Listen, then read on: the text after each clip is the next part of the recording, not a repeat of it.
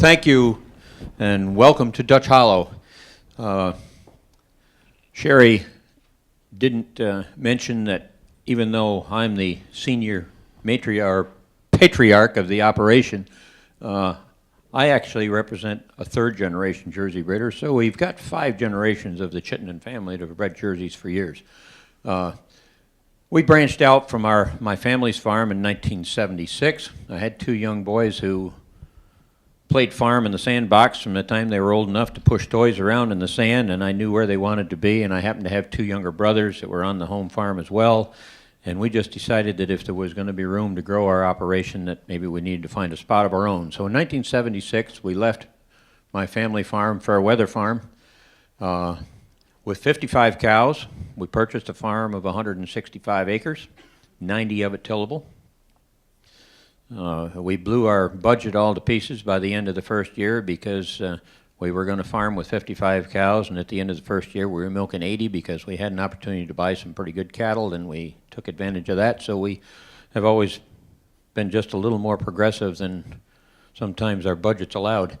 As we have grown, we expanded out of our original facilities, and you'll note he says if you're watching the screen here, this is information that hangs on the wall in our education center that Beth will be talking to you about later.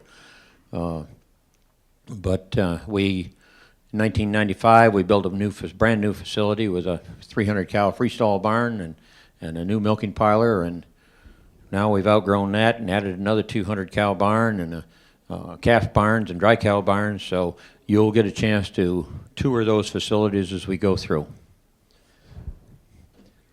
I don't know whether there's a whole lot more I can discuss much about our introduction. I think, Sherry, we can just go ahead and move along. Oh, okay, we need to get to the family picture, and this is the test because grandfathers sometimes, we can usually remember the names of our kids, but I can't remember their birthdays. We'll 16 family members on the farm. You'll spot here, come along here. There are 5, of course, members of the family. We formed an LLC when the third son came back to the farm. So we are a limited liability corporation, and as I say, that's corporate farming. As we tell our friends that come visit the farm, we're a corporate farm, but like 98% of the farms in the country, we're family owned.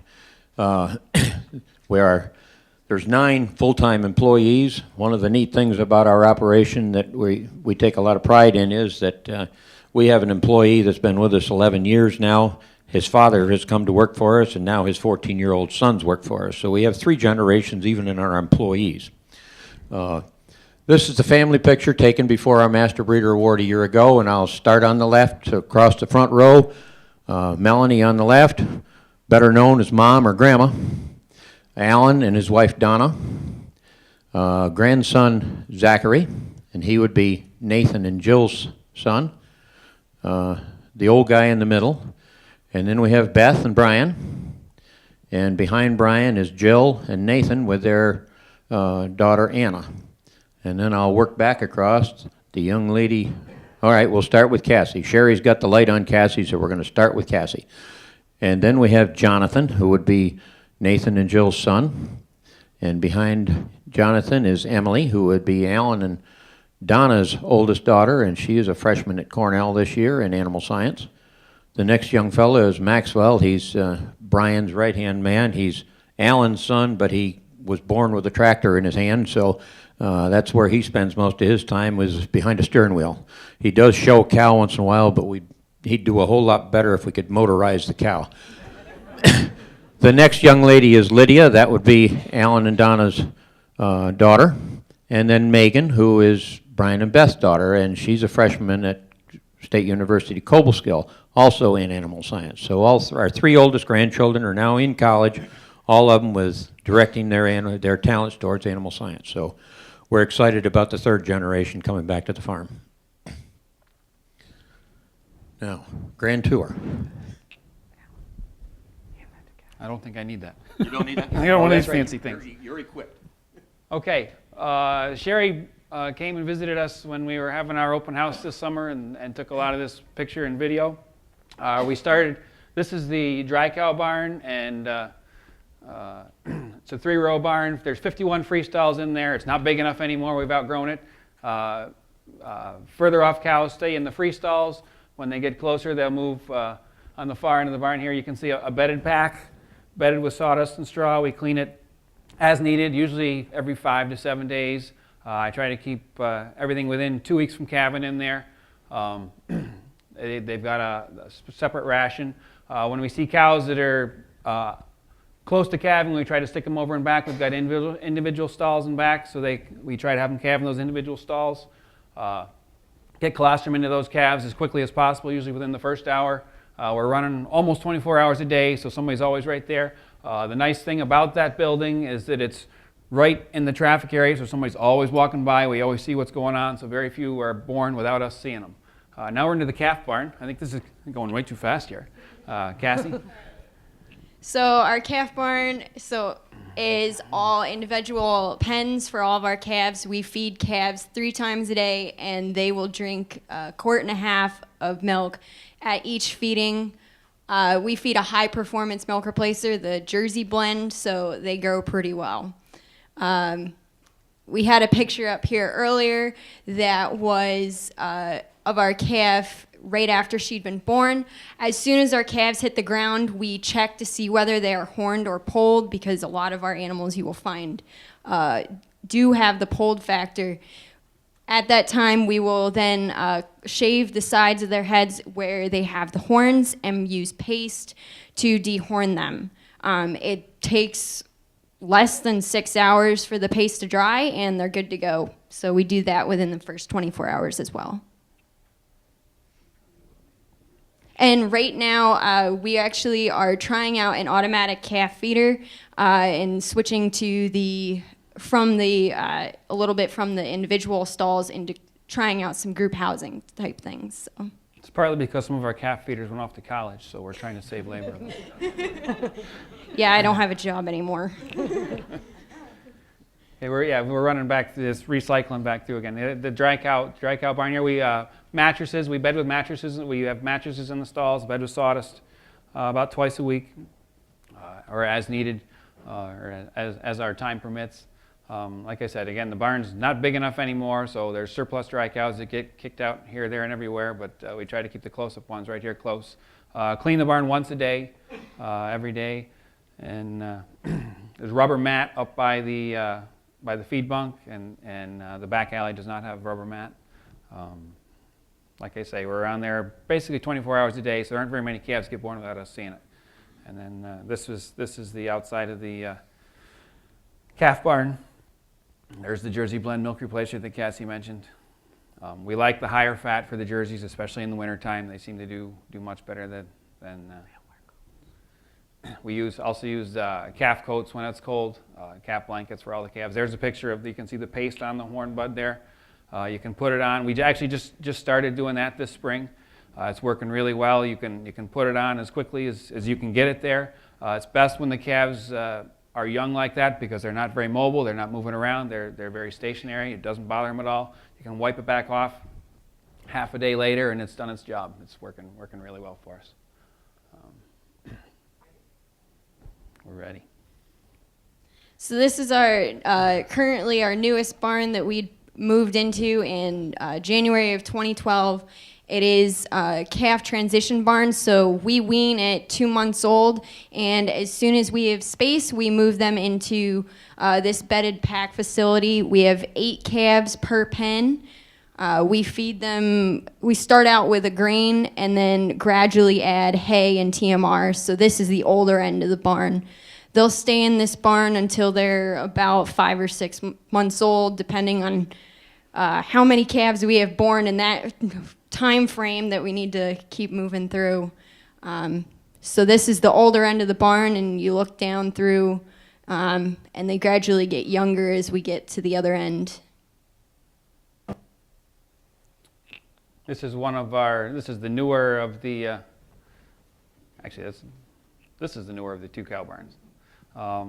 As you said, we built one in '94 that allowed us to go to 300 cows, and then we built another one 4 or 5 years ago. We added another 200 cows.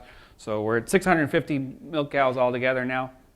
All barns, we do not use sand. All barns have mattresses and sawdust.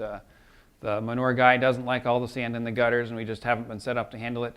Our history ever since we started has been trying to get the most out of our money and without going to see the bankers too much.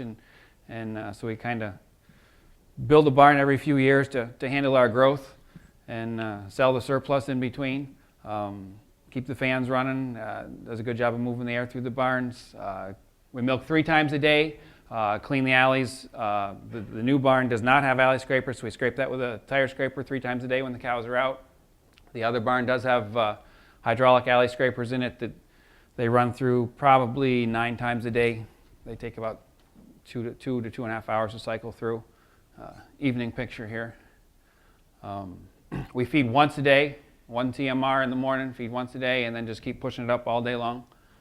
Usually probably half a dozen times a day. Now we're moving down into Brian's area here. You can see this third barn right there. We do have a small bedded pack on the end of that barn that can take ideally 10 cows. Usually there's 15 or 16 in there. Everything stays in free stalls. Everything stays on concrete in confinement. We have a heavy clay soil. It gets mudded up pretty quickly, so we really don't have cows outside very much. Everything's staying inside on concrete.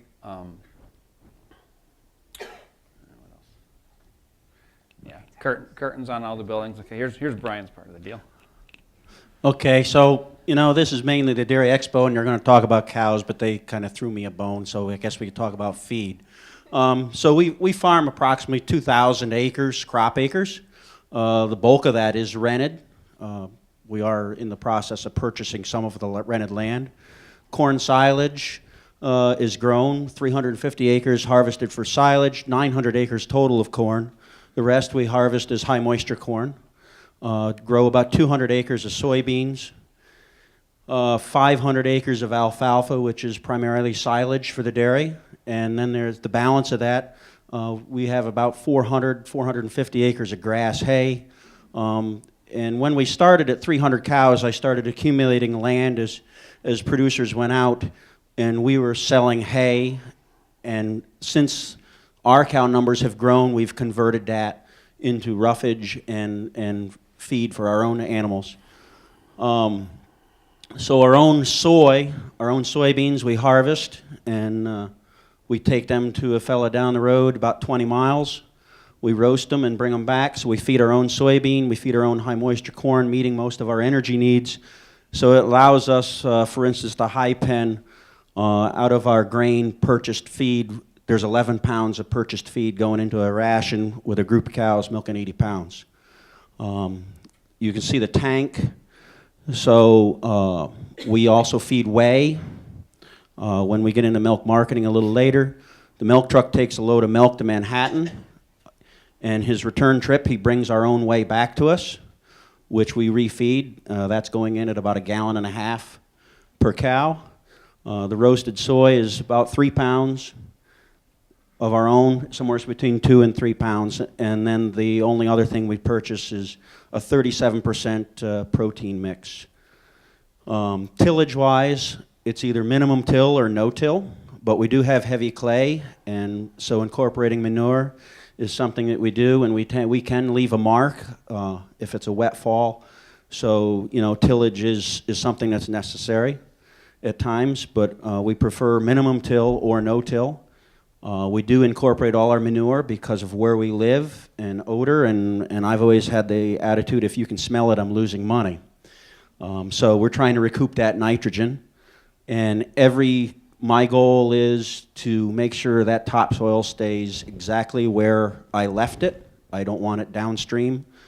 So every acre, we try to have something growing on it all the time. So any acre that's harvested for silage is cover cropped. And, we usually grow our own cover crop. But I guess that's kind of the way the farming is. And when Dad was introducing us, one of the things that maybe makes us a little unique is Alan manages the herd, and I don't step on him. And I manage the crops, and we all have our own corner in the world, and we meet back and talk about it and discuss where we need to be, in the big picture. So at this point, I guess I would turn it back to Alan here. Oh, well, yeah, I've skipped a couple of things. All of our feed, we've run a defacer, I think, for almost 15 years. Kernel processor since they came out with them. I like to kind of jump on the new things and technology when it's beneficial. And when we can afford it. Yeah, and when Alan can let me. I'm in charge of procurement. He's in charge of revenue recovery.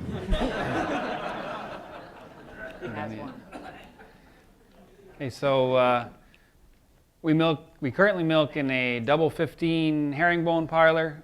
Before that, we had a surge autoflow parlor with 6 stalls, and the jerseys were too smart for it. They didn't flow quite the way they were supposed to. They want to stop and smell the roses along the way. So we put in a double 15 herringbone that fit in the same shell. We equipped it with the AFI system, which is a blessing for me because I can. It's got the heat detection with it. It's got milk monitoring, so we're measuring milk, all 3 milkins every day. I got the heat detection, so even when I'm here in Madison, I can get the reports back home as to who's in heat and tell them who to breed them to and that kind of stuff. As I said, we milk 3 times a day. It's about 5 hours to a shift. When they're going well, they'll put 120 cows an hour through there. When things get slowed up and they get distracted, they slow down. The more cows they have to milk, the faster they do it. As I said, 3 times a day. Our rolling herd averages over 21,000 pounds of milk. The DHI-R average, as you saw earlier, was at 19.5. That's the ME average, but the rolling average is over 21,000 milk, 1,000 pounds of fat. Tank average is usually running around the 65, 66 pound mark. Sherry got a group of cows here that we're coming through the parlor. As I said, the AFI system is I wouldn't want to milk a large herd without it. It's just too much management ability that you would lose if you didn't have the milk monitoring and the heat detection.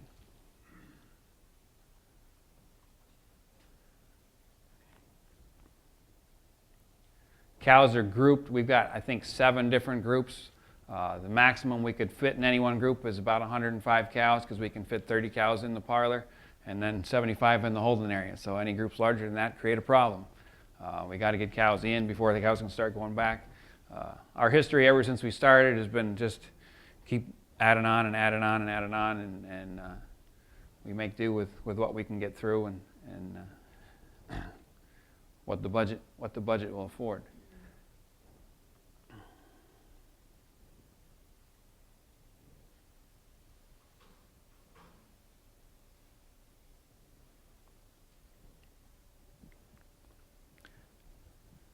Since this is still going through here, one of the questions are breeding objectives. We try to breed for a balanced cow, focus very heavily on shallow udders, good udders. With the current indexes, we try to use Jersey udder index of 4 or higher. With plus production, also trying to focus on keeping the component levels up. I tend not to use bulls that are large milk, low components. I prefer the higher component bulls lately. Again, with functional type, everybody who visits our herd tends to think that our cows are fairly strong with a lot of capacity, and that's what we're striving for.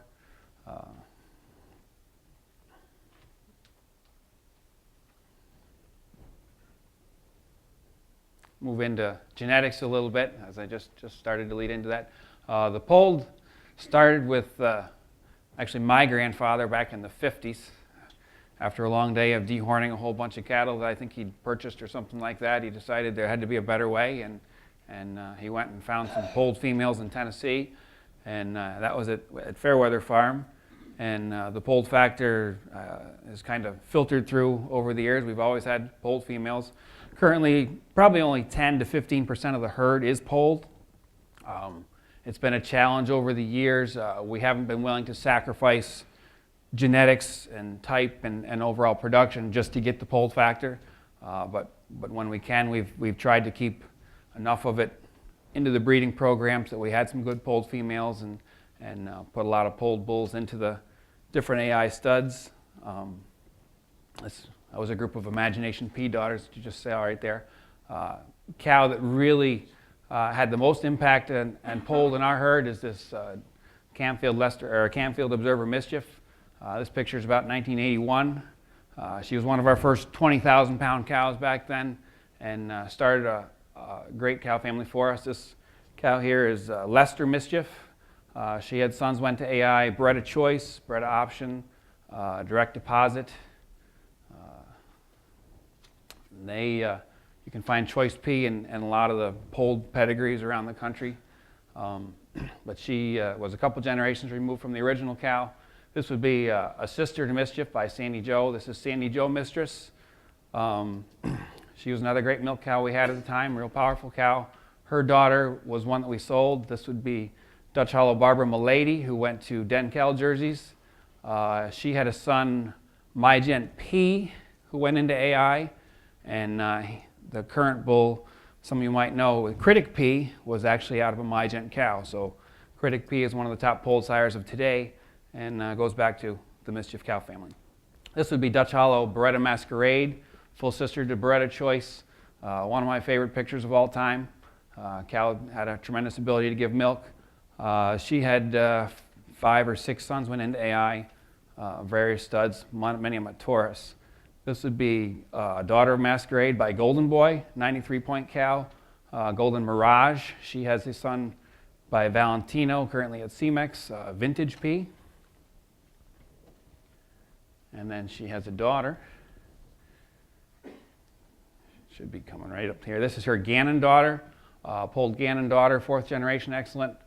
Cow that we're currently working with a fair amount today, propagating that polled factor. This would be Zik Medley, another one out of the cow family, by the Danish bull Q Zik. So we got some outcross in there. She is 91 points, and she is the dam of a homozygous polled bull at Select Sires Motivation PP. And we are also getting a lot more progeny from her currently. Half a dozen calves or so on the ground, born this last summer. This is Ayatollah Melba, another member of the Mischief family. She has a son, Dominic P, coming out from Gen X shortly, I think. Almost a 200 JPI bull. She's also a sister to a calf that we sold in Texas last summer that was the second high of the national heifer sale down in Texas for $24,000, which was quite nice. Again, this is the group of Imagination P daughters that we have in our herd. Imagination P is currently on the CMEX active lineup. Now, another branch of the Mischief family that did very well, the Lester Mischief cow, when she was a baby calf, was born polled. She had an ET sister that was born horned, that we happened to put in the national, and one of the, national heifer sale, one of the sales back then. She left, and a couple generations later, we bought back heifer in the national heifer sale in Vermont from the same family, and that has led into the Charity family. This is Louie Charity herself right here, one of the best milk cows we ever had in the barn. She was a former #1 JPI cow in the breed. We did some extensive flushing with her. This is one of her older daughters, the Renegade daughter that we just recently pictured this last summer. High index cow up on the genomic list. She has a calf that's going to be going in the pot of gold sale this fall in November. This would be Jackson Charity, would be a sister to Louie Charity. Also put a couple bulls into AI. This family, branch of the Mischief family, not polled, but very high genetics as well. This is a Valentino daughter, be another sister to Louie Charity. Their mother was a gold medal cow. Gold medal was a full brother to Barbara Mirage, which doubles up on the Charity on the Mischief family. That Valentino daughter there has a Dominican daughter, going to be selling in Louisville this fall as well.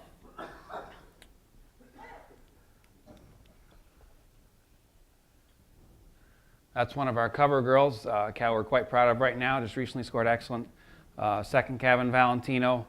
You can see her big picture down by the Jersey booth. She's milked up over 100 pounds a day with her second lactation. She actually calved in at 2.8 on her second lactation, been up over 100 pounds a day. We're currently doing a fair amount of flushing with her as well. Some old greats of the past. This is Brian's first 4-H cow, or 4-H heifer. He brought her to Louisville as a calf, his first opportunity to show in Louisville. An old polled Crown Royal daughter. Started a large cow family at Dutch Hollow with a lot of polled females, and a 200,000 pound cow. We've had a long history of cows that we've been able to keep around long enough to get them up over that 200,000 pound mark. This cow here, Cherished Legend Rose, a cow that we purchased, my grandfather purchased. She was the winner of the 2002 Lifetime Production Contest for AJCA. I think it was about 260,000. This cow here, LF Joy or Lee, was the first one bred and owned by my grandmother Fish, would be on my mom's side. They were Guernsey and Holstein breeders that we converted to Jerseys, and she started a wonderful family for us, the Lee family. She herself made up over 200,000 and had 3 daughters that also made over 200,000. Lester Emmy Lee, the brass daughter previous. We flushed her once, got 3 Lester calves, and my grandmother saw fit to give one to all 3 girls that were on the farm at the time and named them after each girl. We had Emmy Lee, Cassie Lee, and Megan Lee. This is a Paramount daughter that had sons went into AI. This is a Legion daughter from that same family. Photo taken in Louisville. She was, I believe, 5th in the milk and yearling class in Louisville. Another 200,000 pound cow purchased in the Ogston dispersal.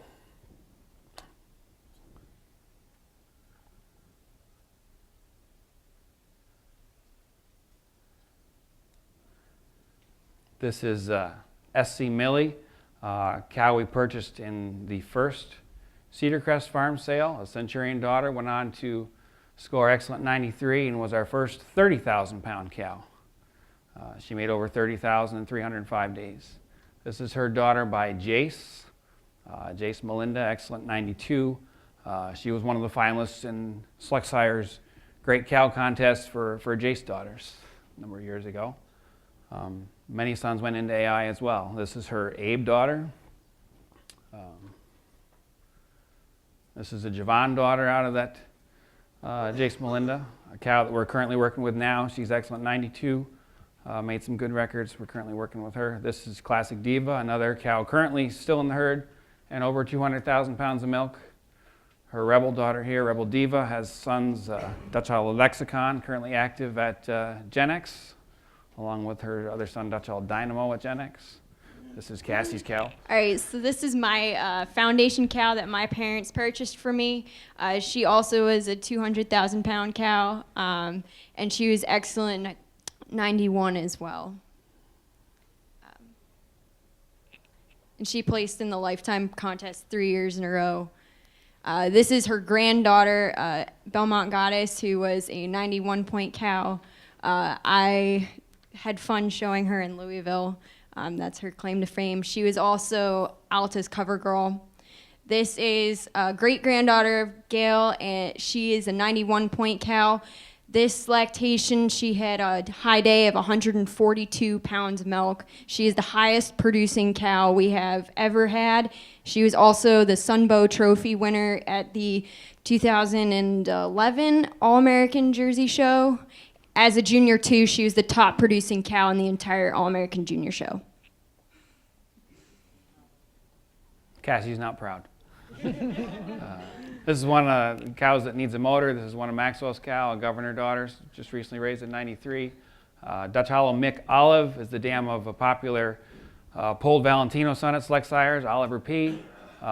She gets her polled from the Mick bull, who was a Cusick son out of Beretta Masquerade that we use breeding heifers and cows in our own barn. Cow that we still have in the herd and have embryos coming out of her, pregnancies coming out of her yet. Imagination Judy, one of the highest ranking polled cows on the genomic list. Cow we're also currently flushing and doing some work with, trying to propagate more of the polled.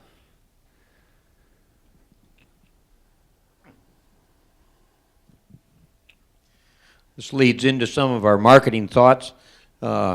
We became a contract advertiser in the Journal in 1981. We did advertise some before and after that, of course, but my dad started advertising in the Journal when it was first published in October 1953, and was a long-time contract advertiser as well. So it was just a natural for us to follow the tradition that had been set. These are a couple of our more recent ads. The one on the left is advertising the heifer that we sold in Amarillo, Texas. It pictures Melba, who would be a maternal sister to the heifer we sold, and then Medley and Masquerade, who were both members of that particular cow family.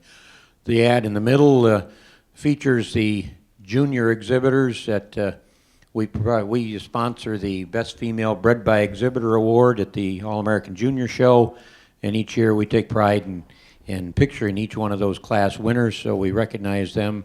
Plus, off on the left would be some of our New York juniors and our own Dutch Hollow juniors at the junior banquet that's held in Louisville. And the ad on the right will be our upcoming ad promoting our consignments to the All-American and Pot of Gold sales in next month. Those three cows, again, you saw pictures of them earlier. It would be the Valentino Sherry and Cheryl, and Chilena, the Renegade cow out of Louis Charity. So both of our consignments this fall. But we like color. We have found that color in our advertising tends to draw people. We like to take pictures.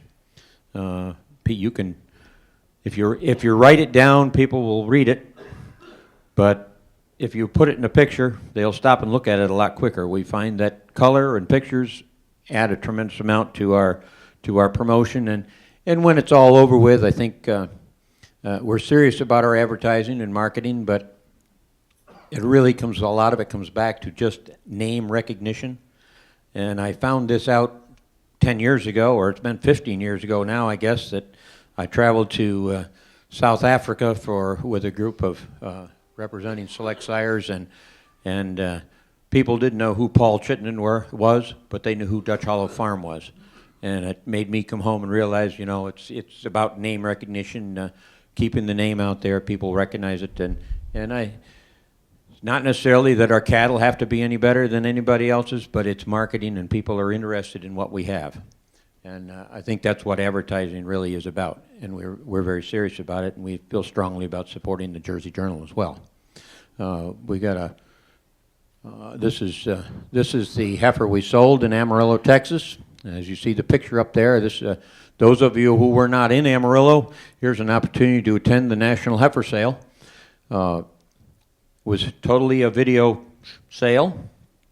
All the heifers there were heifers in Texas, but none of them at the sale site. So we sat in a banquet room and bid, and each heifer that they sold was on the screen. We're quite proud of the fact that this heifer here, as Alan pointed out, and I just showed you again in our ad, the second high heifer of the sale at $24,000, and actually the highest price that Dutch Hollow has ever sold an animal for. So we're quite proud of that. I think one of the lessons we took that night was that we found out that probably there will not be many more national heifer sales with live cattle. We found out that we can sell them sitting in a room, sitting around a table, eating snacks, or eating cheese snacks, or eating dinners or banquets, and watch the heifers in the video. I think it was a great lesson and a pretty good indication of where some of our big sales may go. This business of trucking cattle clear across the country and then turn around and truck them all the way back because one of your neighbors bought your heifer doesn't make a lot of sense. And I think this is something we're gonna see more of. Leading into milk marketing, we are a member of we're co-op members of Agrimark. Agrimark is a Northeast co-op, mainly New England and New York, 1,600 members. We've been members of Agrimark since we started in the business. Probably 95% of our milk is marketed through the co-op itself. Brian mentioned whey. The logo that you see in the middle is Beecher's Handmade Cheese. That says Seattle, Washington. They were a small company that started making cheese in the, what would we call it, Sherry? It's Pike's Place or something in Seattle, but it's the Green Market area of Seattle. They make cheese right there. You can go down and stand there on the side of the street and watch them making the cheese, looking through the window, and buy the cheese in their shop and so on. And the man that owns it made a trip into New York one time and found out that, I could do the same thing here in Manhattan. So he did. 4 years ago, he bought a building and converted it into a cheese plant. So 5 days a week, a tractor trailer heads out of our area and heads to Manhattan at 2 o'clock in the morning. So he gets in and out before the traffic gets busy, unloads right on the side of the street, runs the hose in the side of the building. When he gets done unloading his milk, he loads away and heads back north. We did that. We developed the market. It's done through Agrimark. As I say, they came to us. They needed to. They have a requirement. They want a 4-1 blend of milk, and they look for their Jersey supply first because it's a little harder to secure than the Holstein milk. So we were about the closest herd to the city. We're 150 miles north of New York City. Tractor trailer can be sitting in Manhattan in 2 hours and a half. So we were just kind of the most natural that could produce the amount of milk they needed. So we brought in some Holstein neighbors, so the two of us make the trail load of milk 5 days a week, and as I say, it goes down, loads away. When he gets done, brings that back and fills tanks at both our place and the neighbors. So both of us feed whey.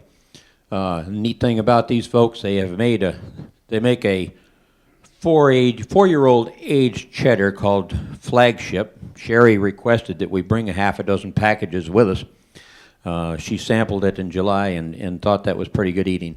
They have since started making a Monterey Jack type cheese, and that is made strictly from Dutch Hollow's milk, and it's called Dutch Hollow Dulcet. So we're kind of proud that they have taken our farm name and put on one of their products. High Lawn Farm. Many of you Jersey people will recognize that name. They're 30 miles from us. Long time family friends. In the years gone by, we were not only family friends, but traded genetics and that sort of thing, used bulls together. They have a bottling program that has grown to the point that they cannot supply their own milk, their needs.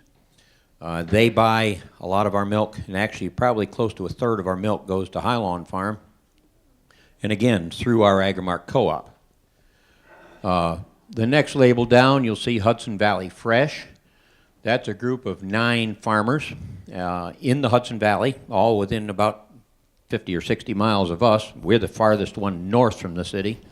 All of them are Agrimark members, and decided that maybe there was an opportunity to market local milk, so it's serving the local idea. Sold mostly, actually we're as far north as it's sold there, but a lot of it goes down towards the city, but they sell under the Hudson Valley Fresh label. They own their own, it's a group. We own our own plant. Buy the milk from Agrimark, bottle it, and as I say, a good share of that goes towards the city. On the right-hand side, we have Old Chatham Sheep Herding Company. That's a local company. Milk several hundred sheep. They make a lot of sheep milk yogurt, but they make a Camembert cheese that they use Jersey milk and sheep milk to blend it to make their Camembert. So they buy a couple thousand pounds of milk a week from us to do that. The next one down is Twin Maple Farm, another local group. 3 guys that started it as a hobby, and it's fast grown to be a pretty popular program too. They call it the Creamery at Twin Maple Farm, but they make a product called Hudson Red, which is brie type cheese, and right now is considered maybe the finest soft washed rind cheese in the country. Most anybody that likes that type of cheese that has tasted it has said, wow, this is pretty good stuff. They're also making one they call Hudson Gold, which is a aged cheddar. curd, an aged cheddar curd. And then they've got a couple others that they're introducing. Our newest client is Berkshire Blue. This is a group just over the state line. As I say, we're only 30 miles from Highland, but we're only 20 miles from the Massachusetts state line. These folks are just over the state line in Massachusetts, have been buying milk from another Jersey herd close by to them, but all of a sudden when that milk was not available to them, they came to see us. So we do market about, each one of those people, those three on the right, take about 2,000 pounds, 2,000 to 3,000 pounds a week. Represents probably 5 to 6% of our production. That is not marketed through Agamark, but it may soon be. We've been approached and told us that we were breaching our contract with Agamark, so we have to deal with that when we get back home. Off on the right, you'll see Cabot, the well-known brand. Basically, was Vermont brand, and Agamark absorbed the Cabot Co-op many years ago, and now Agamark owns that Cabot label. Also, Macadam is another Agamark product. That's mainly a New York cheese, northern New York cheese, but they're strictly Cabot and Macadam are Agamark brands. So that's pretty much it. I think these three smaller cheese companies, and we know Hudson Valley Fresh came to see us, they advertise that none of their herds are all low cell count herds. We normally run about 140 to 160,000 cell count. We're marketing about 13 million pounds of milk a year. And we know that that's why these other three companies have come to, the local companies have come to see us, is because of it's a consistent, high quality product. And we're very proud that they identify with us and we identify with them.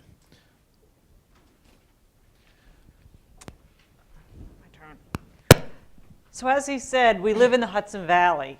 Location is everything. We are 2 hours from Manhattan, which sounds wonderful. However, we're an hour from the Culinary Institute of America, and that is where a lot of the food trends are set. That leads us to having a big range of consumers with a lot of ideas. And those ideas are not always the same as ours. And so we have taken Dutch Hollow Farm public. We are on Facebook at 585 likes right now, which is really high for somebody who doesn't go out and promote this regularly. I try to post on Facebook 2 or 3 times a week. We also have a newsletter that we send out. This newsletter is sent out 4 times a year. We send it to 900 households that are within 3 miles of the farm. So we are living in a fishbowl. People drive by all the time. They want to know what we're doing. They're looking at our animals. They can be seen. So through this, we have invited all of them to the farm. We've done an open house 3 times a year, and that's where this takes place. We decided 3 years ago we need to talk to our neighbors because too many of them wanted to tell us how to farm rather than we being able to farm the land that we wanted to. We invite the public in to see the cows. We give them guided farm tours where they have people. Here I'm telling the girls where they're going to go on their tours. And in each barn, there is one person who stays there and gives the same message to every group that comes into that barn. We had 750 people come through there this year, all local. They get to not only go on the farm tour, but we give hay rides. We have every agribusiness that we can get that we work with also come to the farm that day because it's so important. And you'll see here in a few minutes the fertilizer truck, the sprayer truck is there because people near us see those and they're scared to death. They don't want anything sprayed. They don't want anything spread. So when we have people come, we have them there saying what fertilizer is, what they're doing, what they're spraying, why it's important for the timing of us to get things on the field. We explain every part of the barn about cows sleeping on mattresses. We give them a hands-on area where they can play with the calves. walk up and down the barns, feed the cows, touch anything they want, and they go into the milking parlor as well. But through these, we've built an education building on site. So far this year, I put 800 school children through our site, and I have more to come in the fall yet. So this part is expanding dramatically. It's growing. Every month, I get more and more people calling, anywhere from a Mommy and Me group, which is in Albany, which is just moms with young children wanting to go out and do things, all the way to I have seniors in high schools and college students that come that want to know about GMOs and genomics. I have culinary students come, culinary classes, so that we can teach them how safe and how high quality milk we produce, why we produce that milk high quality, and what we do with the animals and why they stay inside.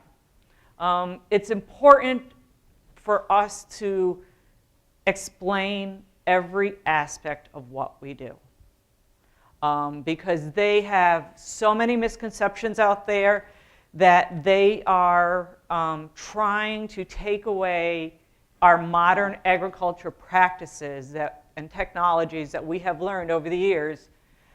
They think they're wrong, and they work very hard at getting landowners to work against us. One example would be in the Northeast, we can't use BST. We don't use BST because consumers demand there's no BST. So we have lost that technology. Right now, GMOs is the high topic. A lot of landowners are saying things like, you can't use my land if you're going to use GMO products. So somehow we need to get out there and educate them, because if they continue, they're going to dictate to us how we can farm.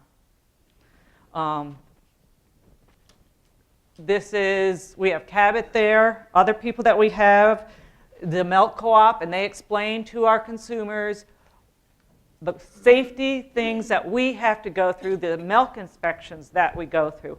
Everything on the farm is tested. How many times milk is tested before it reaches consumers? Because where we are, antibiotics in milk is a big topic.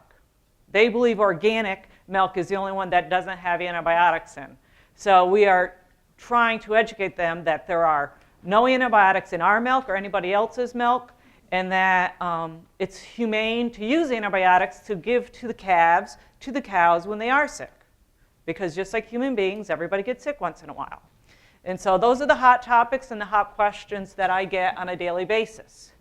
We have a corn bin for the kids to play in. We make it a family outing because we want the people who are buying the groceries to come to the farm. They take the hay rides. We have the vet there around the animals to explain what we do with the animals. Hay maze, where kids run in the hay maze. And it's just a great day for the families to come out. We do this all on our own. In other areas of the state, the Farm Bureau sponsors it. Our county wasn't that lucky, so we decided we need to do this on our own.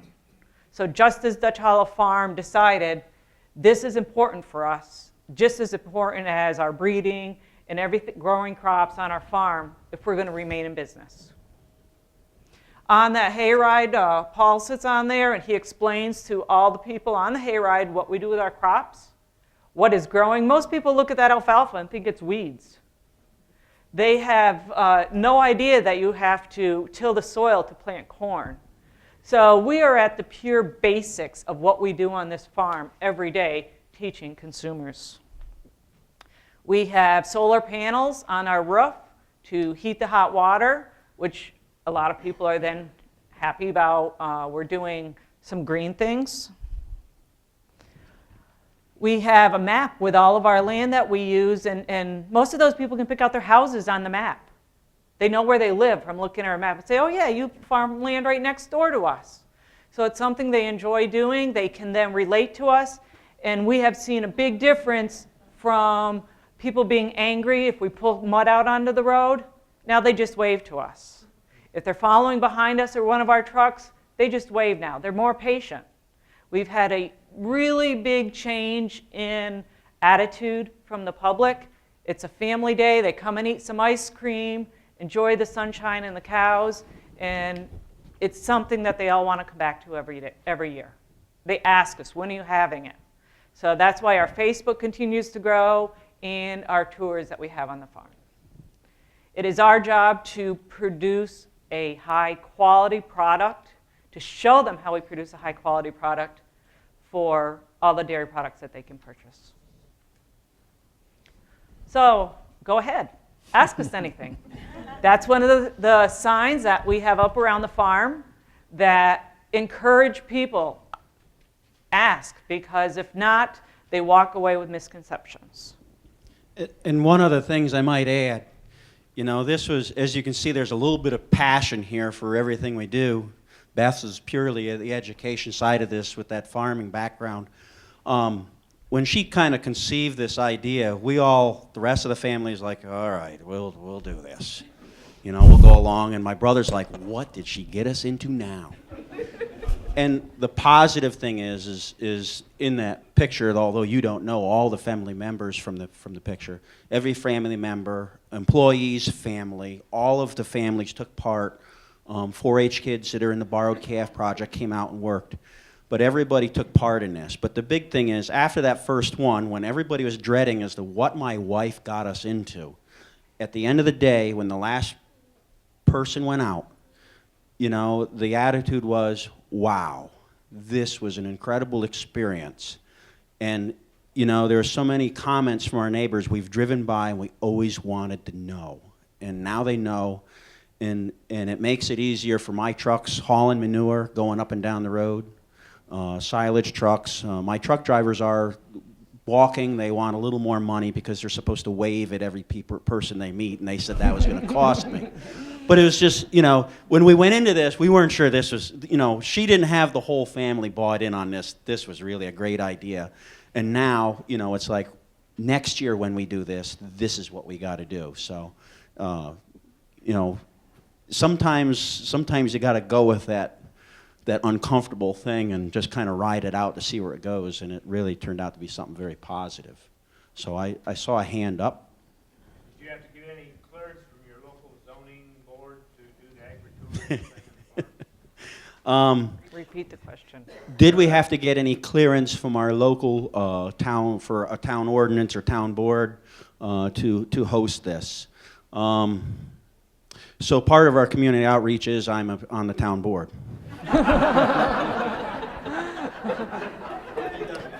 So I'll state that first.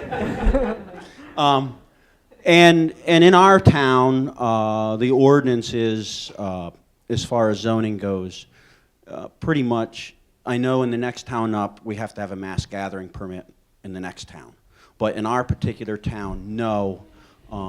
You are allowed to have a retail or a roadside or anything like that. That's specifically to our town, where if we have an event associated with agriculture on ag zone land and all that, it is perfectly acceptable within our town. May not be in all. Are you afraid of contamination when you let all those people touch your calves and your cows and everything? I guess that. Are we afraid of contamination by letting the outsiders in? I guess I can answer it. I mean, I look at some of it, you know, life is full of risk. The fact that they're not from other farms. There's a very small percentage of them that are actually coming from any other farm. And I guess I would have more of a concern with the starlings flying from barn to barn in the winter. Just to put it in perspective, than I do with somebody. We try to have hand wash stations. That is something that is on our mind when people leave our farm. So maybe you didn't see in the video, but we have hand wash stations all over the place, you know, on the barn walls and places that we put up, and then on tables. And by where they eat, we've also got hand wash stations where they can sanitize their hands before they try to touch. I'm more concerned with contaminating them with something than them with us. Any other questions? Go ahead, ask us anything.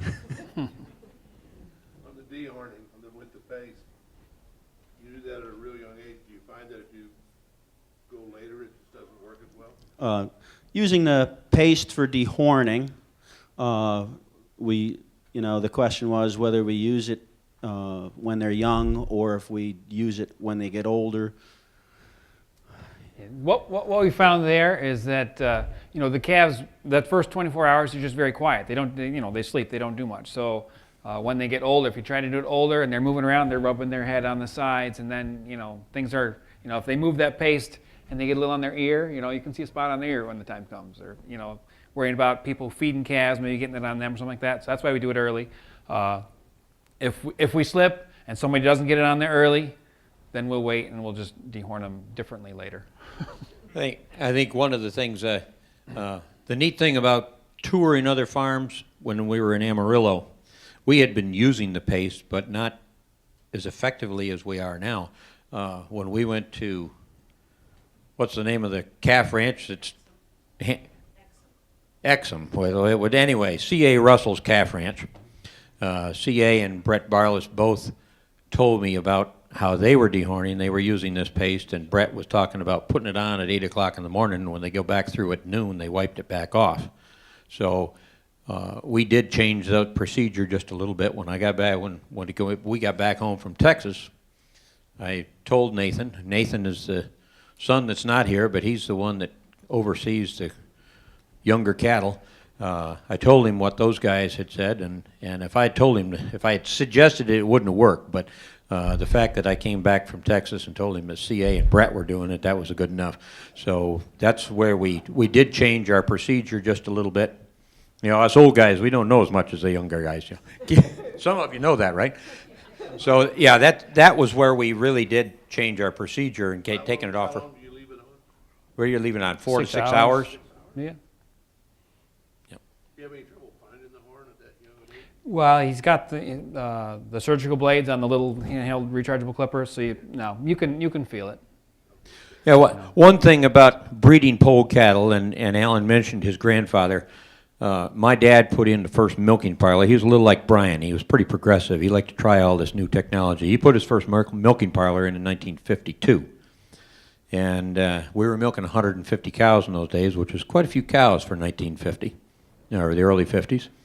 And the barn was designed, they were tie stall barn or stanchion barn, and we let them out in groups of 8 or 10, and they stood in the chute on their way into the parlor, and my dad saw these cows doing this as they were standing in the chute, and he says, we got to do something about those horns. So he bought a set of Keystone dehorners, and if you're familiar with them, they're about a 3-foot long handle, and they dehorned 150 cows in 3 days. It looked like a bloodbath in the barn, and I'm sure PETA and HSUS wouldn't have been too favorable, but that's 70 years ago. So we have been breeding polled cattle ever since. Dad found an ad in the Jersey Bulletin, probably, maybe Jersey Journal, for some polled heifers in Tennessee. Went down, bought the heifers, and bought a polled bull, and that's where we started in the poll business. But with polled cattle, those of you who are not experienced with polled, you can feel the horn button on a calf when he hits the ground. If you rub your fingers, take your index finger and your thumb, you can feel those horn buttons when they hit the ground. So we normally know when the polled ones are born while they're still wet. So. But if you do use those blades and just cut the area, you can get the paste right where you want it, and it's much more effective than trying to leave the hair on. Size of a nickel? Yep. Yep. Any other questions? I always get asked, what do you do with your old cows and your bull calves, especially having jerseys? Don't mean to send. What's your answer? They go to market. They go to market once a week. The end of their life, we try to make it as pleasant as possible for them, but they can't live forever, and we can't bury them here in the farm, so I basically say they go to market, and they can use their imagination from there.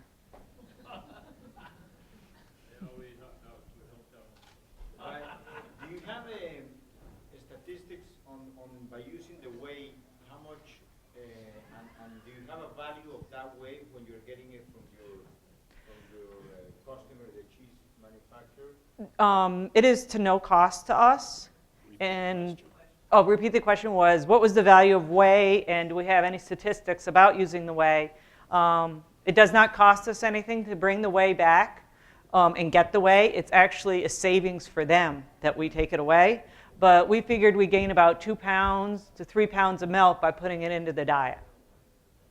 Yeah. So it goes to every animal that's over 6 months of age on the farm, including heifers. We top dress it on our mixer wagon every morning and stir it in, and the cows have, if it's not on there, they're not happy. Yeah, during Superstorm Sandy, of course, you know, New York City was shut down, so they stopped receiving milk. And you could just flip a switch. You know, when we ran out of whey and when we went right back into it, it was 2 pounds per cow, just like flipping a light switch on and off. You know, it was just that quick. What's your yearly culling percentage, would you say? What's our yearly culling percentage? 24, if the DHI says 24%, which is higher than what I like. Number one reason is cows that happen to blow up with mastitis. Number two reason is feet and leg trouble. I'm not entirely happy with cows being on concrete all the time. I think that does affect feet and legs. We trim regularly, but still we do have some issues there. But we deal with it. So 24%. Warts? Big problem with warts? No, we have a few. We run a foot bath 3 times a week. 3 days a week, and warts are really not an issue. We have more trouble with heel abscesses, and they're just much harder to clear up. And we have learned that we need to retrofit the barn with more rubber. More rubber is better. And we started early with rubber, so what we are using for rubber is a real hard surface, and we're beginning to learn that there's a big difference in the rubber that we're putting on the floor between a soft surface and maybe some of the old mining belts that, you know, that we used to get in the beginning. So we are learning that, you know, there's a difference in compounds now. It's just as we keep learning, we keep changing and trying to make things better. We have time for one more question. Just a comment, your jerseys sure have a straight back line. Photoshop. Yeah, yeah, that's it. But we'll be here afterwards. If anybody wants to come and ask us anything specific, please feel free to do so.